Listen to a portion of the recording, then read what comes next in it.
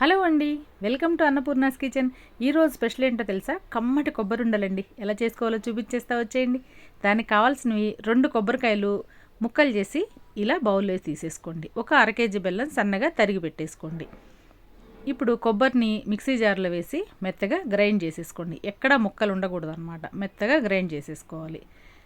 ఇలా గ్రైండ్ చేసుకున్న కొబ్బరిని ఇంకా తరిగి పెట్టుకున్న బెల్లం కలిపి ఒక్క 10 నిమిషాలు వదిలేసామంటే కొబ్బరి తడికి బెల్లం చక్కగా కరిగిపోతుంది అనమాట. అప్పుడు మనం వేయించుకున్నప్పుడు తొందరగా కొబ్బరి లౌజ్ రెడీ అయిపోతుంది. ఇట్లా వేయించుకుని మంచిగా గోల్డెన్ బ్రౌన్ వచ్చేలాగా వేయించుకోవాలి. అప్పుడైతేనే పంటి కింద చక్కగా ఉంటుంది కొబ్బరి లౌజ్ తింటుంటే. ఇలా వేయించేసుకుని మనకి వేగిందా లేదా తెలియాలంటే మన కొబ్బరి లోజు ఇట్లా మూకుడికి అంటకుండా వచ్చేస్తుంది అనమాట. లేదు అంటే కొంచెం నెయ్యి చేతికి రాసుకుని ఇలా కొబ్బరి ఉండ తీసుకుని ఇలా ఉండ చేసినప్పుడు చేతికి అంటుకోకుండా ఉంటుంది. అప్పుడైతేనే మనకు కరెక్ట్గా వేగినట్టు.